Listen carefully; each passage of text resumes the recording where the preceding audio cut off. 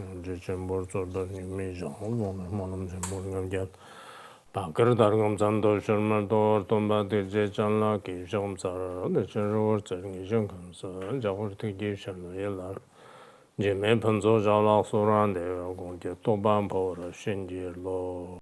The unsurpassed, profound and wonderful Dharma is difficult to encounter, even in hundreds of thousands of millions of eons. Now that we have the chance to see, hear, receive and uphold it, may we truly understand the authentic meaning of the Tathagata. For the sake of liberating all sentient beings, let us generate the Supreme Bodhicitta. Today we will continue our study of Entering the Middle Way, composed by Chandrakirti. As many of you already know, this text mainly explains the ultimate intent of Shakyamuni Buddha's second turning of the wheel of Dharma. Whether in the Tibetan areas in India or in many other places, this treatise is regarded as one of the most representative works of Chandrakirti, who is counted among the 6 ornaments and 2 supreme ones. I mentioned Chandrakirti earlier. In certain chronicles, such as the History of Indian Buddhism, there are also some introductions to him. He was born in a region in southern India. From a very young age, the positive tendencies from his past lives awakened. Because of that, he mastered both worldly knowledge and the teachings that lead beyond the world. Later, he went to Nalanda, the greatest Buddhist monastic university in India. There he taught the Dharma and served as an acharya. Around that time, another famous scholar arrived, also from southern India. His name was Chandragomin. He was also very famous. When he arrived, different historical accounts tell the story a little differently. Some say that Chandragomin arrived while Chandrakirti was giving a teaching. When he came in, he simply stood there quietly. According to Indian custom, if someone stands beside the assembly while a teaching is going on, it usually means one of 2 things. Either he has come to debate or he has some other important matter. Chandrakirti asked him, "Where have you come from?" He replied, "I've come from southern India." Then Chandrakirti asked, "What teachings have you studied?" He said, "I have studied the Chandragomin's grammar treatise. I have also studied the 150 verses on prajna and the Manjushri Nama Samgiti." Hearing this, Chandrakirti immediately understood something. The Chandragomin's grammar treatise represents mastery of worldly knowledge. The prajna verses represent the most essential teachings of the sutra tradition, and the Manjushri Nama Samgiti contains profound teachings connected with the Vajrayana. So Chandrakirti thought, this person must have a very complete understanding of both worldly learning and the Buddhist teachings. Then he asked him directly, "Are you the famous Master Chandragomin?" He answered, "Yes." Chandrakirti immediately said, "You arrived so suddenly, we should properly welcome you." He suggested that Chandragomin go outside the city so they could organize a formal reception and welcome him with proper ceremony. But Chandragomin said, "I am only a lay practitioner, an upasaka. It wouldn't really be appropriate for me to enter like that." Chandrakirti replied, "Don't worry, we have a way." So they prepared 3 chariots, some accounts say 2. In the middle they placed a statue of Manjushri. Chandragomin sat in one chariot. Chandrakirti rode in another. Then the monks lined up in orderly rows and went out to welcome him. During this procession, Chandragomin began praising Manjushri. As he went along, he composed verses of praise. Chandragomin was famous in India for his beautiful poetry. As he recited and composed his verses, something quite unusual happened. The statue of Manjushri gradually tilted its head to one side, as if listening closely. Originally, it was just a statue facing forward, but after that it remained slightly turned. Later, people said that the statue stayed that way in Nalanda for a long time. After he arrived at Nalanda, he and Chandrakirti spent time together, but they held different philosophical views. Chandrakirti followed the lineage of Buddhapalita and Aryadeva. His explanations focused on the Madhyamaka view of emptiness. Chandragomin, on the other hand, followed the lineage connected with Maitreya and Asanga, representing the Yogacara or mind-only tradition. So one upheld the mind-only view and the other upheld the Madhyamaka view. Naturally, debates began, and they debated for many years. In fact, local shepherds even made folk songs about their debates.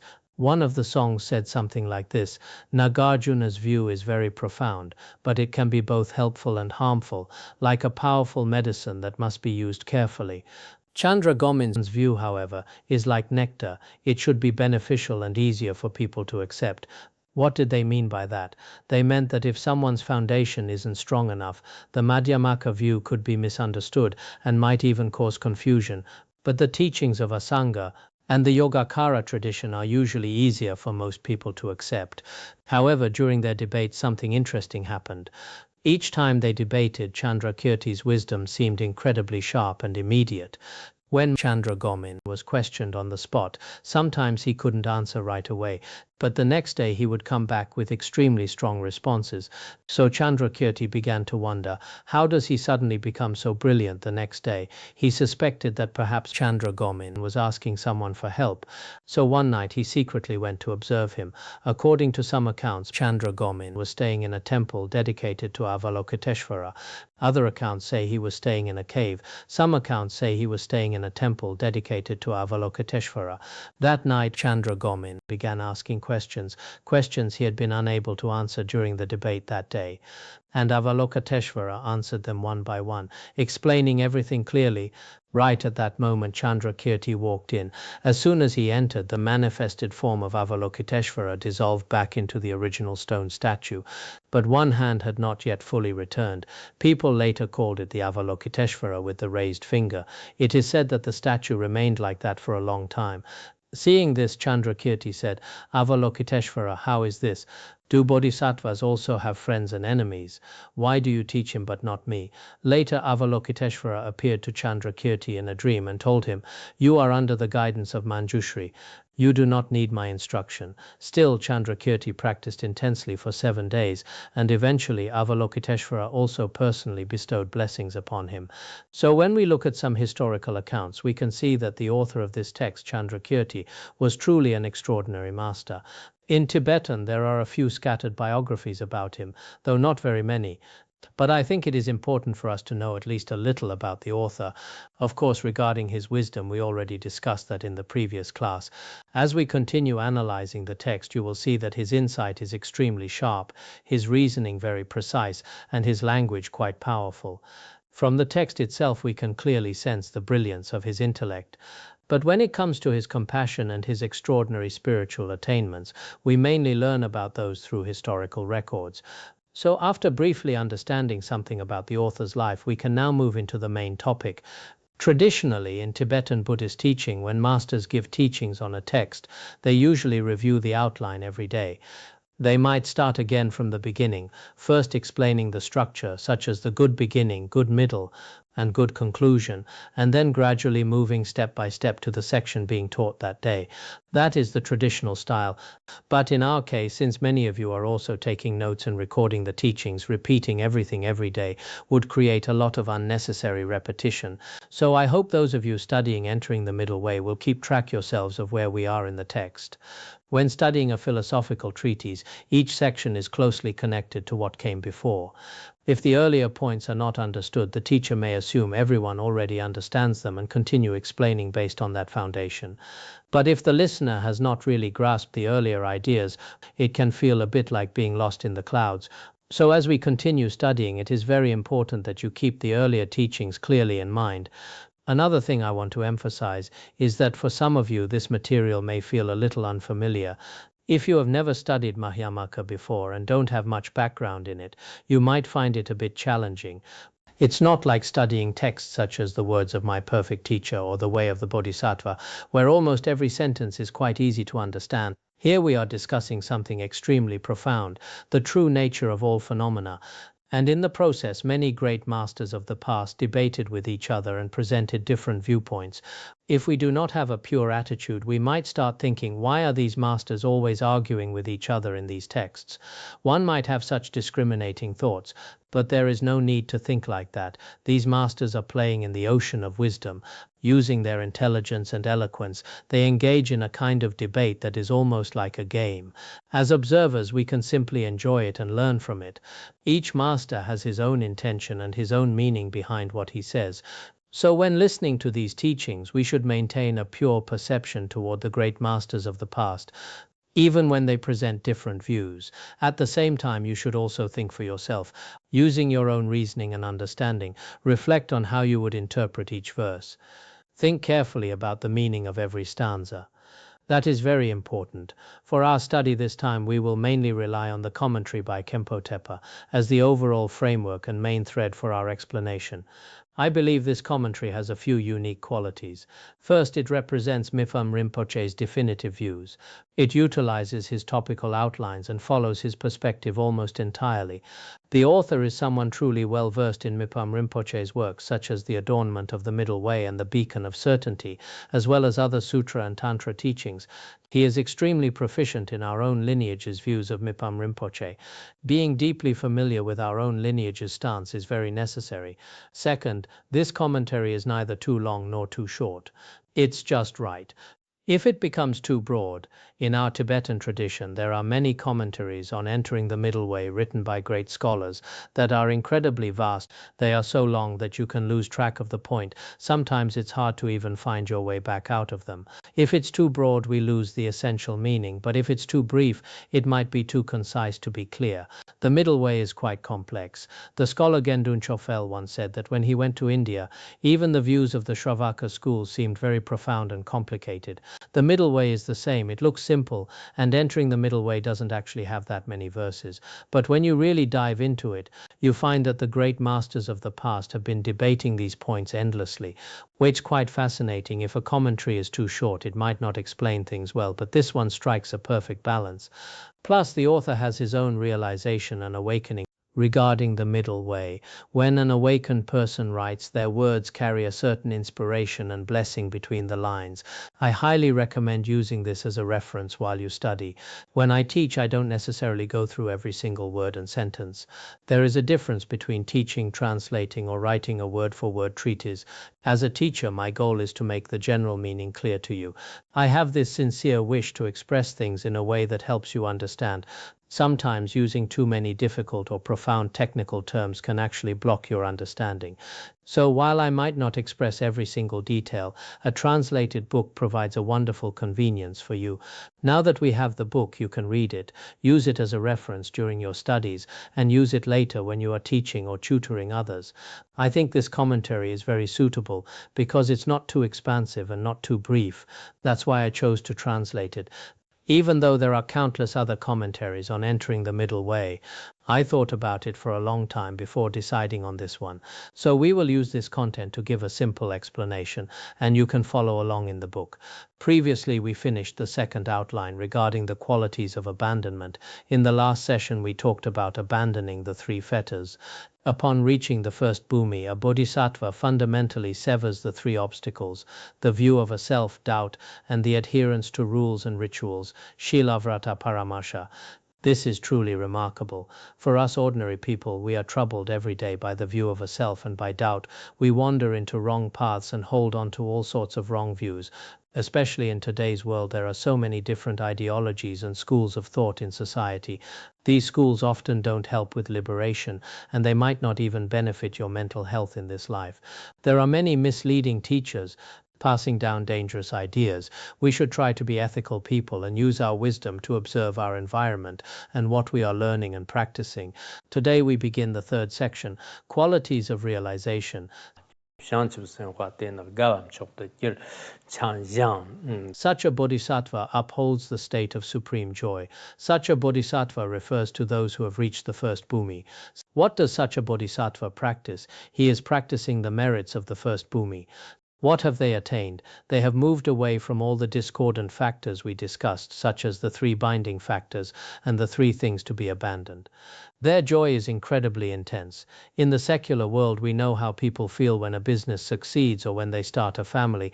There's an immense sense of joy. The joy of a first-bhumi bodhisattva isn't exactly like being wild with joy in a worldly sense. Wow, I'm so incredibly happy today. But it's not quite like that. I've finally reached the first bhumi. As other scriptures describe it, his joy is of a different nature. His joy comes from the fact that after reaching the first bhumi, he is happy because he can now benefit countless beings. They can mindfully remember the Buddha, the Dharma, and the Sangha, and practice the vast merits of the perfection of wisdom. Because of this, he is already filled with a truly immense sense of joy. And this brings us to the question, why is the first bhumi called the supreme joy? Supreme joy is mainly about the happiness of benefiting sentient beings. Even though we haven't reached the first bhumi yet, as practitioners we should find joy in what is virtuous. This is very important. For example, we should feel joy in benefiting others, joy in studying and reflecting on the Dharma, and joy in practicing virtue and abandoning negative karma. Conversely, we should feel a lack of joy when we do something negative. This is related to a person's roots of virtue and their habits. So while following the example of the First-Bhumi Bodhisattvas, we should frequently observe ourselves. Truly encountering and learning the middle way view of Mahayana Buddhism is something very difficult to find in many lifetimes. In my own life, I've traveled to many places and met all kinds of people. And I've also had, how should I put it, I've experienced many things that people in the world envy, like fame or wealth. But I feel the most joyful things in my life were meeting my teacher, who was like a real Buddha, and encountering the Mahayana teachings. Even if I don't practice perfectly, just encountering this Dharma makes me very happy. I think many of you feel the same. To encounter the genuine Dharma in this lifetime is perhaps the most meaningful thing that could happen to you. If it's meaningful, you should realize it. If you're just confused and don't know what you should be happy about or what you shouldn't be happy about, that's not right. A First-Bhumi Bodhisattva is happy because he can benefit beings. He has moved beyond the sufferings of samsara, and when he experiences joy, it's because he truly dwells within the expanse of reality and so forth. Even if we don't have those qualities yet, we can think, if I hadn't met my teacher, I might still be drowning in samsara. Perhaps if we faced some hardship or pain, we might have even thought about ending it all. Many Buddhists tell me that if they hadn't found the Mahayana, the pressure of life would have been too much to bear. Having faced all kinds of situations in life, they might have already taken their own lives. They might not even be alive today. Many people feel this deep sense of gratitude. So, upon reaching the first bhumi, one should naturally be filled with joy. Next is the fourth section, qualities of ability. We just covered the qualities of abandonment and realization. Now the fourth point, the qualities of power and ability. And has the power to shake 100 worlds. Upon reaching the first bhumi, a bodhisattva gains many qualities, notably the 12 sets of 100 qualities. One of these is the ability to shake 100 worlds. You should think about this.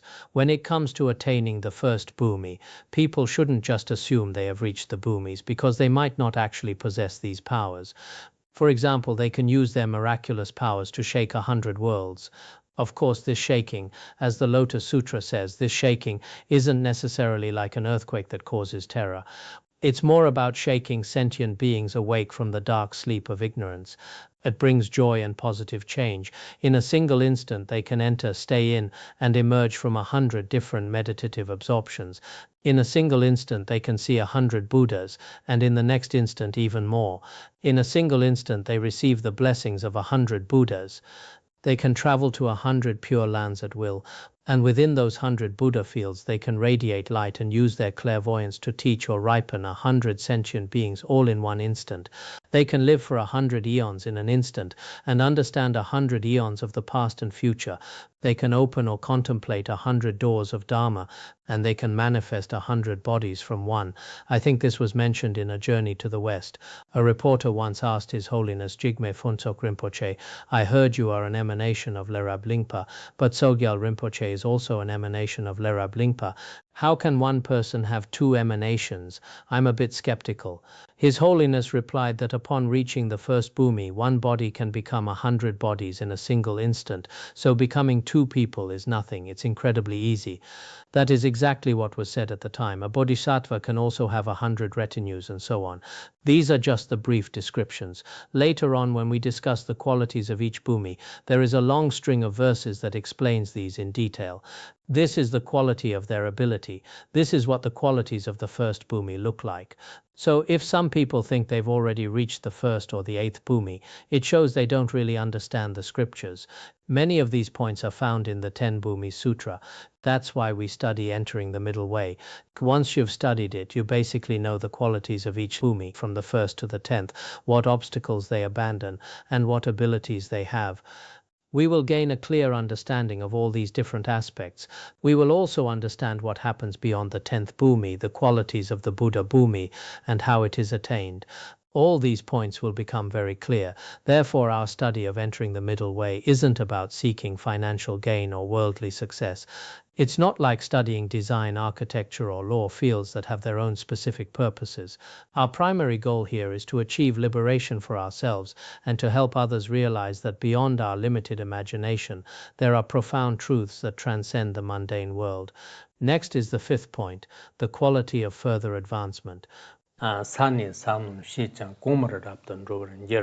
Stepping on from one bhumi to another, he travels perfectly to the higher ones. What are the superior qualities that increase at this stage? It means that once a bodhisattva reaches the first bhumi, they use that realization as a foundation to progress to the second, then to the third, fourth, and all the way to the 10th.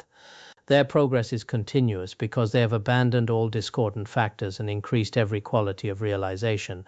Unlike worldly positions where one might reach a peak and then stagnate or even fall back, the first bhumi serves as the bedrock for all transmundane levels.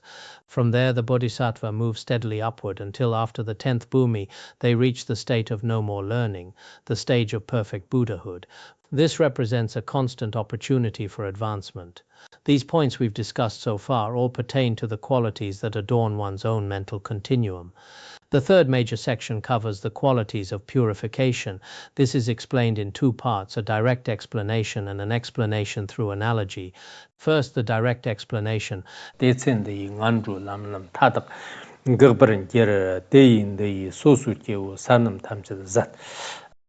At that point, the paths to all lower realms are blocked for him. At that point, the state of ordinary beings completely ceases for him. What actually happens when a bodhisattva reaches the first bhumi, the supreme joy?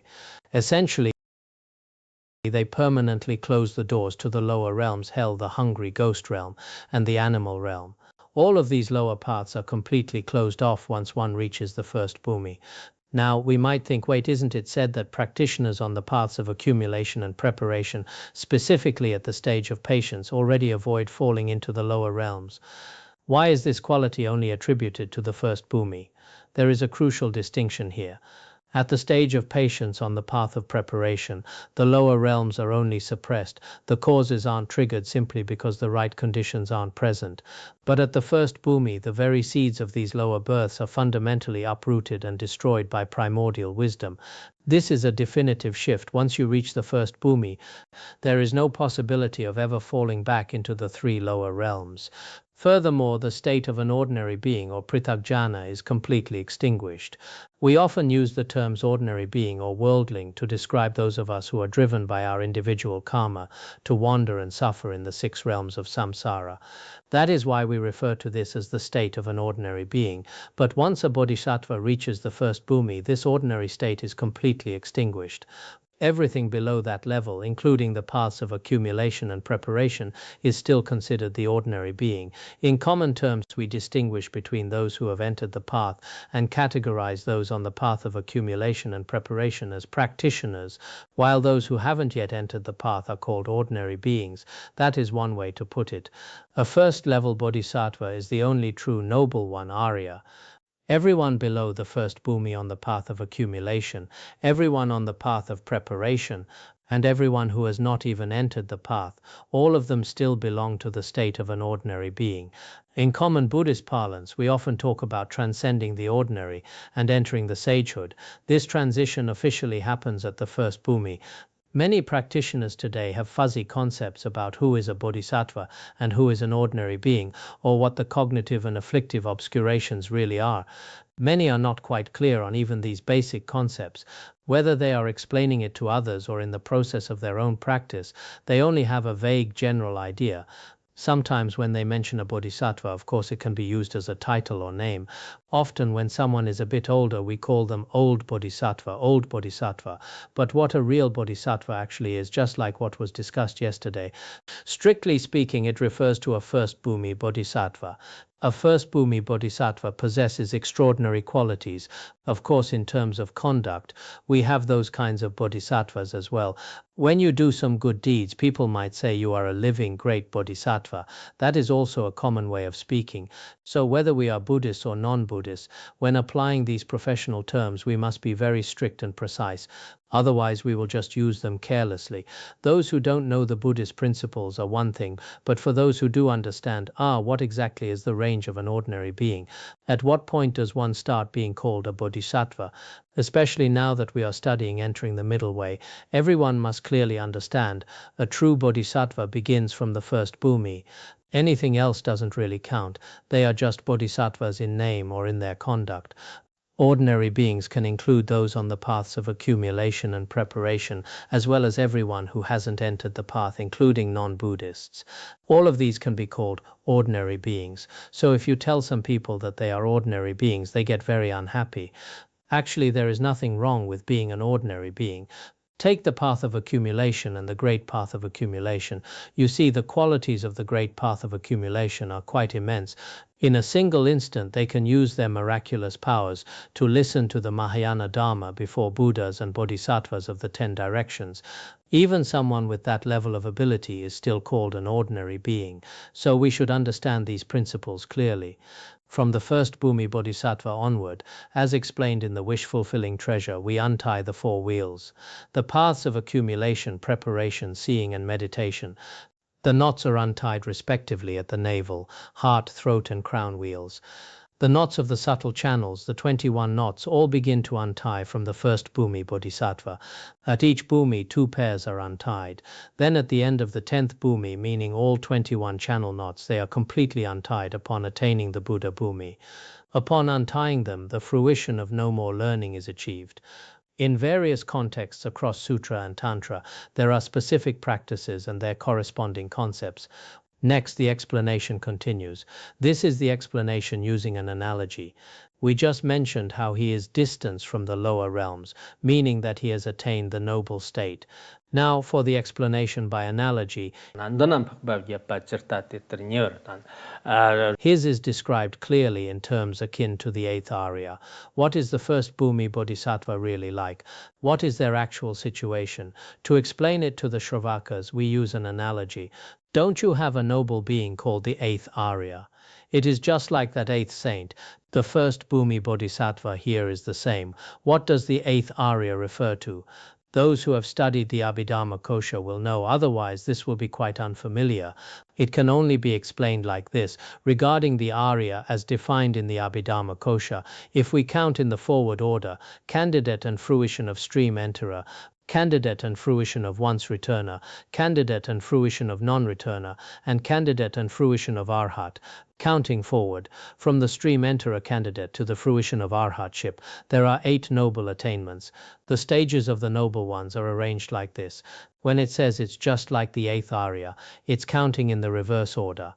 We start counting from the candidate for arhatship, candidate and fruition of arhat, candidate and fruition of non-returner, candidate and fruition of once returner, and finally candidate and fruition of stream enterer.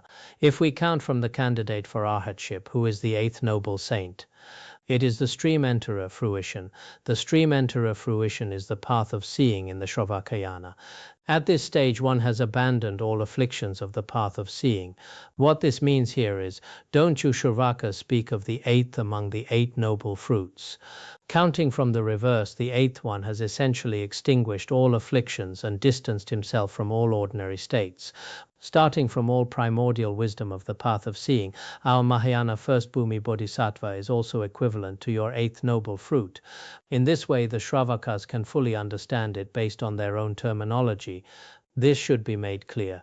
Regarding this explanation, we just started counting from the candidate for arhatship. Mipham Rinpoche also calculates it this way, and the Sakya Master Gorampa, he also starts counting from the candidate for arhatship. So they identify the 8th noble one as the stream enterer fruition. However, Chandrakirti's auto-commentary on entering the middle way states that because a candidate for stream entry internally realizes the noble Dharma is already free from all faults, so it seems to refer specifically to the stream enterer candidate. Jetsongkhapa also held this view at the time, that the 8th noble one is the stream enterer candidate. But if we look at it from a practical standpoint, the difference is not very large between the stream enterer candidate and the fruition. Unlike the Mahayana path of seeing, the Shravakas path of seeing is different. In the Mahayana, it is realized in a single instant without any sequential stages of before and after. The Shravaka path, however, focuses on the three realms and the Four Noble Truths, and it arises sequentially through 16 moments of insight. From the first to the 15th moment of insight, it should be considered the stream enterer candidate, and the final 16th moment is called the stream enterer fruition. In fact, once you reach the 15th moment, the stream enterer fruition is obtained immediately after. So whether it is the candidate or the fruition, there shouldn't be much of a practical difference. However, following the auto-commentary on the Madhyamakavatara here, as it states quite clearly in the auto-commentary on the Madhyamakavatara, the conclusion is the stream enterer candidate. Some of our great masters of the past also used other scriptural reasonings to confirm this, that counting from the candidate for arhatship results in the stream enterer fruition. Now, in my opinion, these types of Madhyamaka debates might sometimes seem invisible or irrelevant to us, but the fact that these great sages debated them continuously means there is certainly a reason for their analysis. If they didn't even understand a simple point like this, then there would be no need for debate. Such extraordinary and great masters would not just engage in this for no reason, they wouldn't be debating, but their debates definitely carry other profound meanings. However, from our perspective regarding the eighth Arya, either the stream enterer fruition or candidate could work. In my teaching of entering the middle way this time, I will try to present all these different viewpoints in a way that integrates and harmonizes them. Otherwise, for some of you who perhaps haven't specifically studied formal debate before, hearing this guru said this and that guru said that, or this school versus that school, it might just seem like a mountain of contradictions. To leave you with that kind of impression would probably not be very helpful. And indeed, looking back now, back when I was in the midst of my studies, we spent every day and every night immersed in this, constantly debating whether it was the candidate or the fruition. My current impression of entering the middle way mostly comes from 30 years ago. I haven't taught it since then. So every single image, those scenes from 30 years ago, the academy's buildings at the time, the grass-roofed huts where I lived, many of those memories remain. It seems that for a person, sometimes these words and verses naturally bring you back into that space. Because I spent a great deal of time practicing and reflecting on this, I find myself transported right back to that scene.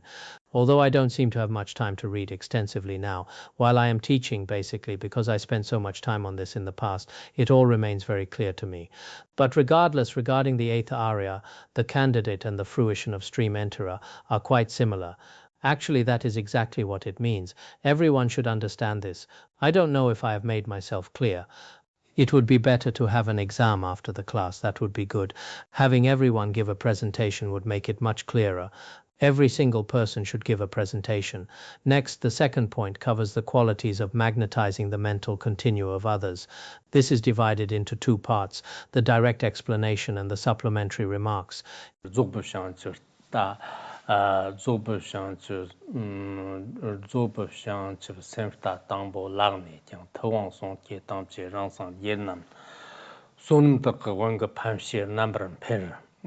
First, the first part. Even when abiding in the first bhumi of bodhicitta for full awakening, he surpasses those born from the sage's speech and the pratyeka Buddhas through the power of his merit, and his merit increases ever more.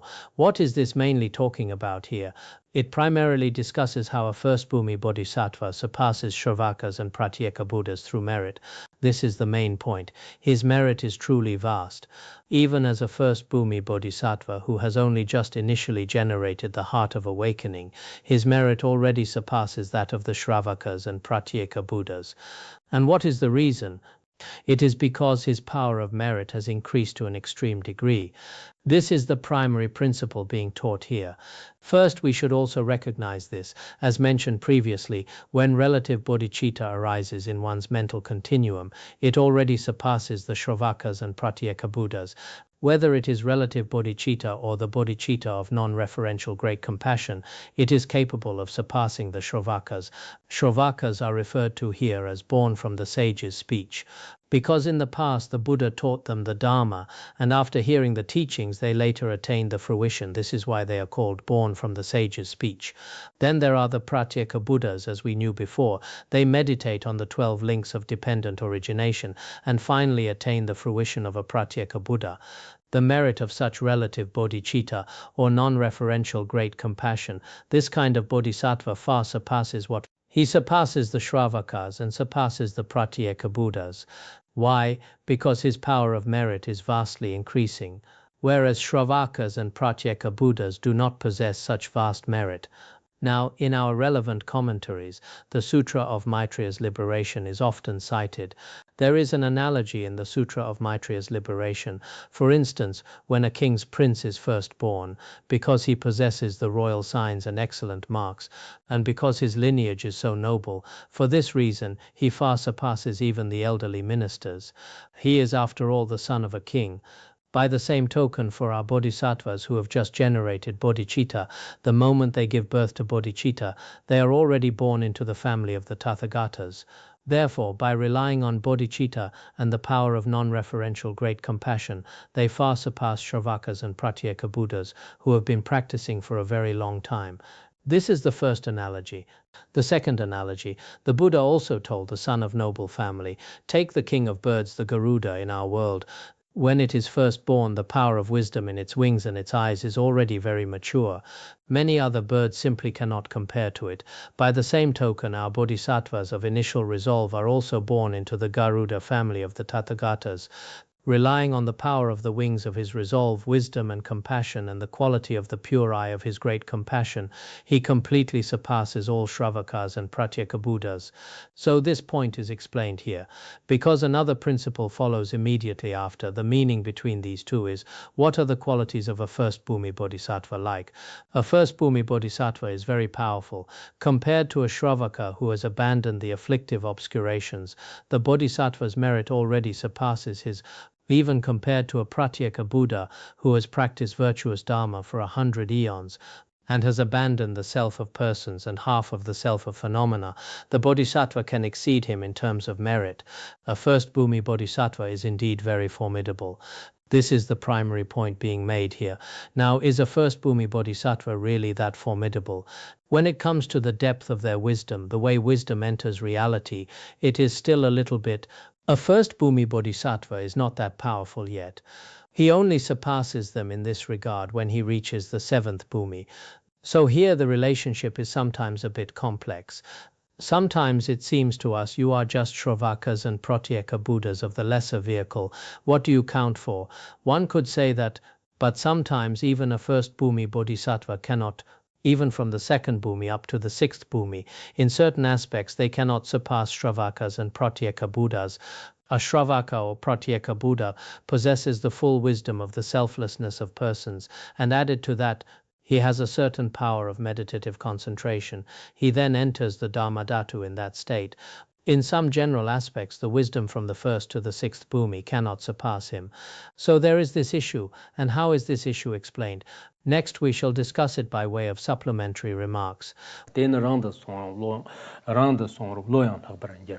he reaches the Gonafa Bhumi, he will also surpass them by his wisdom. This was the biggest topic of daily debate during our time of study. Likely many scholars in the debating courtyards were debating each other day and night over this. On the surface it seems like when he reaches the Gonafa Bhumi he will also surpass them by his wisdom is nothing much, it's just one sentence. But the meaning of this one sentence is very profound. What does it mean? Are Shravakas and Pratyeka Buddhas really that formidable? Well, Shravakas and Pratyeka Buddhas are still quite formidable. Why? Because a First-Bhumi Bodhisattva at this stage cannot surpass them in terms of the entry of wisdom. And what about this entry of wisdom?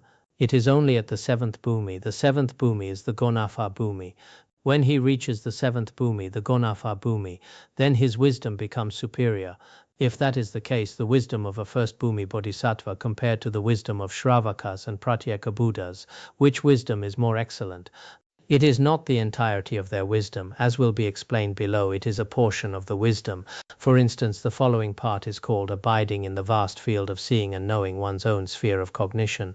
Abiding in the vast field of seeing and knowing one's own sphere of cognition. From this perspective, it is only when reaching the seventh Bhumi that one surpasses them. Before that, one cannot surpass them. This principle is something that perhaps everyone should reflect upon. One point is that when he reaches the seventh bhumi, he can surpass them by relying on vast field of his own seeing and knowing. Before reaching the seventh bhumi, even a first-bhumi bodhisattva cannot surpass them. It seems a bit difficult for us to understand it this way. The wisdom of Shravakas and Pratyeka Buddhas is just that of the lesser vehicle, noble ones who have realized the selflessness of persons. What is the reason that even a first-bhumi bodhisattva cannot surpass them? Actually, at this point we must understand the object of meditative equipoise for Shravakas and Pratyeka Buddhas is the Dharma Dhatu, that is, the meditative absorption of cessation, the concentration that extinguishes both sensation and the mind. Then, in the Mahayana, there is a concentration that is free from grasper and grasped.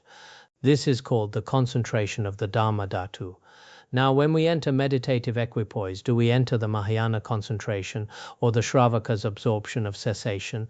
In reality, the Shravakas absorption of cessation cannot enter the Mahayana's absorption of cessation, because the Mahayana is much higher, the state of the first bhumi and above. For Shravakas and Pratyeka Buddhas, it is generally very difficult. But some scholars say that at the level of the Dharma Dhatu, the object of the absorption of cessation, which is free from grasper and grasped, free from signs, free from all conceptual marks and deliberate effort, is a state where there is no difference. So on this point, many great masters of the Tibetan tradition began to engage in debate. What kind of debate? For instance, when reaching the seventh bhumi, the Gonapha bhumi, why is it that one can surpass them at this point? Why can one only surpass them upon reaching the seventh bhumi? Why is that?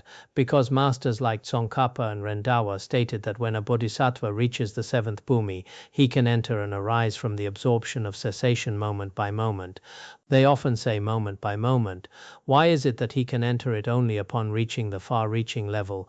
Because at the Gonapha bhumi, he can enter it moment by moment. So, it is explained for this reason. This is also how Master Tsongkhapa and others explained it. Later, in his commentary, Gorampa listed Master Tsongkhapa's viewpoints one by one and began to sternly refute them, saying that such a view is unreasonable. How should it be explained instead?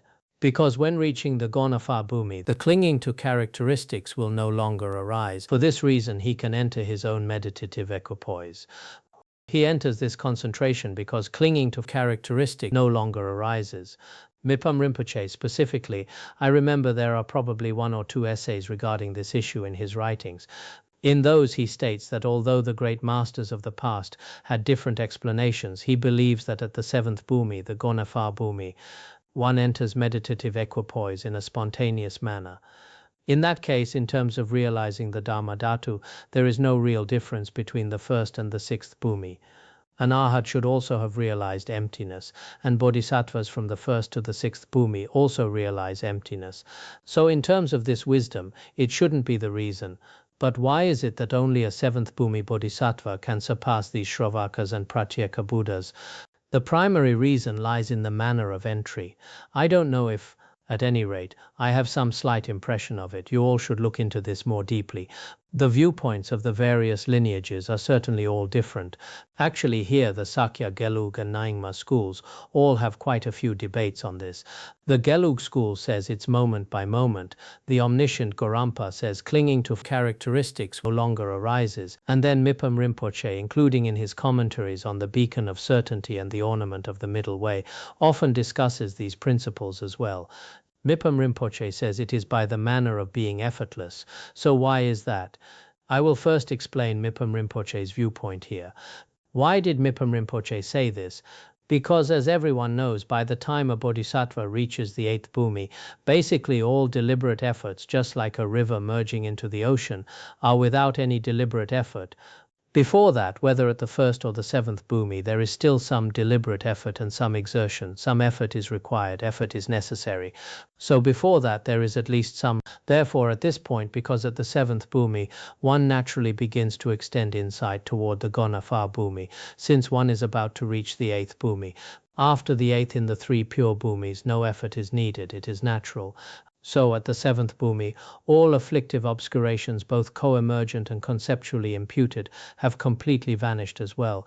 Furthermore, at that time, all deliberate efforts have already dissolved into the Dharma Dhatu. For this reason, the seventh Bhumi Bodhisattva naturally enters meditative concentration. Actually, at that point, moment by moment could be said, and clinging to phenomena no longer arises could also be said. I personally believe that by explaining it according to Mipam Rinpoche's viewpoint, it actually already explains the viewpoints of the predecessors, and it is also explained quite clearly in the auto-commentary on entering the middle way. The viewpoints in the Tenbhumi Sutra and the Lankavatara Sutra are also very easy to explain this way. When one reaches the seventh bhumi, this kind of deliberate effort gradually disappears. When deliberate effort is gone, when he reaches the Gonafar bhumi, he will also surpass them by his wisdom. In reality, the wisdom of the Gonafar bhumi is exceptionally superior. Of course, the wisdom is superior. This has already been explained in Khenpo's commentary. Actually, between the first and sixth bhumis, as well as for the Shravakas and Pratyeka Buddhas, there is a genuine realization of the selflessness of persons. Otherwise, it would be impossible to attain the noble fruitions. But what is the primary reason for what is being said here? Actually, logically speaking, the selflessness of persons realized by Shravakas and Pratyeka Buddhas is also the true selflessness taught in the Mahayana. If you do not understand this Mahayana level selflessness, then saying you have realized the selflessness of persons is somewhat problematic. Does not the Nagarjuna's precious garland say, whenever there is grasping at the aggregates, at that time there is self-grasping? Once there is grasping at a self, then grasping, craving and birth, all of these come out in a continuous chain. In that case, later on, when he uses three types of scriptural authority to perform a detailed analysis, it shows that if you haven't understood the emptiness taught in the Mahayana, it is difficult to say you have truly realized it. Therefore, when it comes to the seventh Bhumi Bodhisattva, his manner of entering meditative equipoise is different. Moreover, it is because he enters meditative equipoise in a completely effortless manner that he is able to surpass them upon reaching the seventh Bhumi. Of course, from the perspective of realization, we used to say this often. For instance, is the state realized by Shravakas and Pratyeka Buddhas more excellent? Or is the realization of a first Bhumi Bodhisattva more excellent? Or perhaps the realization of a sixth Bhumi Bodhisattva? Actually, from the perspective of realization, on the level of the ultimate reality, there is no difference. On the level of meditative equipoise, there is no difference. From the perspective of the qualities of the post-meditative state, of course, there is a difference. But regarding the entry into meditative equipoise, according to the Lankavatara Sutra and the Tenbhumi Sutra, there is indeed a difference. Because of these principles, we can only make inferences through scriptural authority. Without scriptural authority, we would have no way to know ourselves. So the most fundamental reason mentioned just now is the vast field of seeing and knowing one's own sphere of cognition. This is very important. Furthermore, if we use the Tenbhumi Sutra for verification, the Tenbhumi Sutra also says, for instance, a prince of the royal family when he is first born is after all the king's son. So at his birth, by the power of his majesty, he already surpasses all the ministers. However, his own power of wise observation is not yet sufficient. A newly born crown prince, for example, like the Prince of Bhutan, we often see nowadays in terms of his lineage, he is certainly superior, but his intellectual capacity is currently not mature at all. By the same token, a bodhisattva of initial resolve, or one who has just attained the first bhumi, surpasses all Shravakas and Pratyeka Buddhas in terms of his extraordinary intention. But it is not yet by relying on his own power of wise observation, because it is only when wisdom reaches the seventh bhumi that his own seeing and knowing becomes vast. At that time he can surpass all the activities of the Shravakas and Pratyeka Buddhas. So whether looking at the auto-commentary on entering the middle way or the cited scriptural authorities, no matter what, the manner of entering meditative equipoise is quite different. For a first Bhumi Bodhisattva, it can also be said this way. Using an analogy, we can say that for a first Bhumi Bodhisattva, regarding his own intellectual power and the manner of entry, he cannot yet surpass them. It is only upon reaching the seventh bhumi that he can surpass them in the manner of entry into meditative equipoise. The reason is exactly what was just mentioned, the difference in the vast field of seeing and knowing one's own sphere of cognition. There are also some differences in the auto-commentary on this point.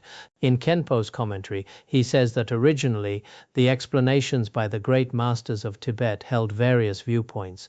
He said he had already explained this in other treatises. But I have forgotten, was it in the commentary on the Beacon of Certainty or a commentary he composed himself on the aspiration prayer for the flourishing of the Buddha's teachings? In those other commentaries, perhaps the different viewpoints of Gorampa, Mipam Rinpoche, and Master Tsongkhapa have already been discussed. But actually, no matter how it is explained, at any rate, we used to talk about this every day for many years, but in the intervening time I haven't really flipped through those texts. I don't know, but in some places it should be quite similar. The principles are likely these. I hope that you all, if you have reference materials, will look into it further. The consing, I am just tossing out a brick to attract jade, briefly opening up some lines of thought so that you can then observe for yourselves. Then the third point, the extraordinary qualities of the First-Bhumi Bodhisattva. This is divided into three aspects. The principle of the excellence of the paramita of generosity on this bhumi, the praise of generosity and the classifications of generosity. It is divided into these three aspects. How is the paramita of generosity here so extraordinary?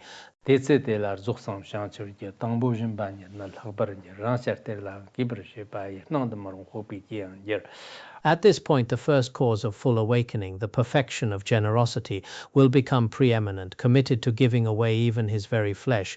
Giving becomes a sign to infer his unseen qualities.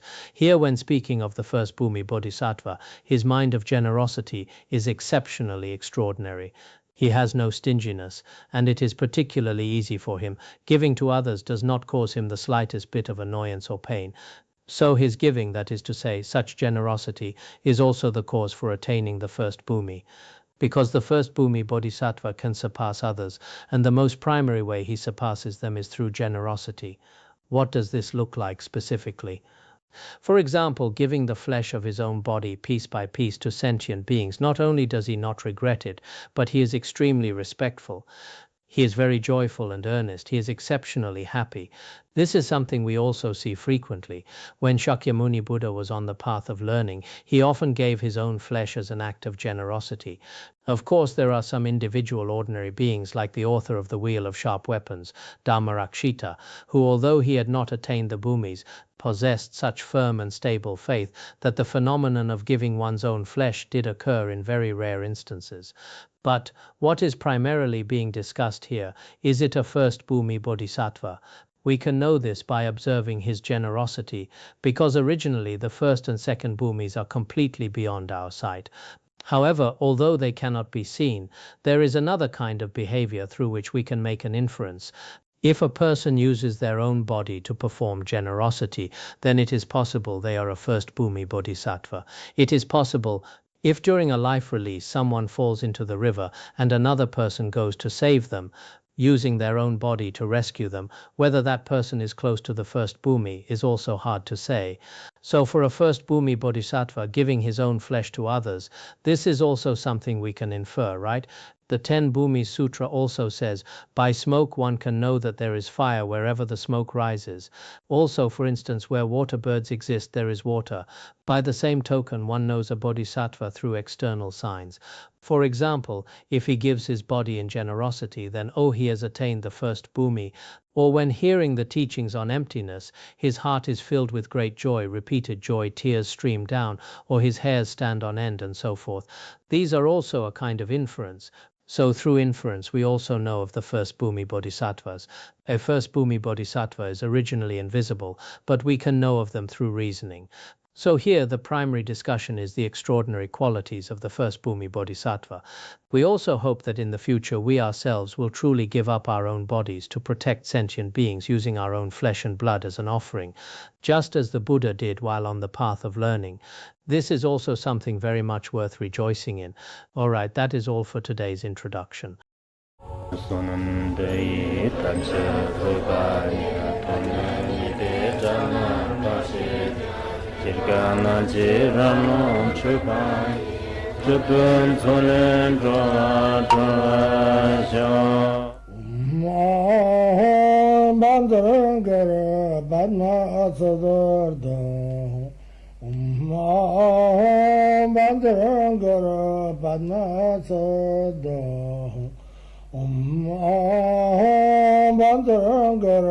Bandara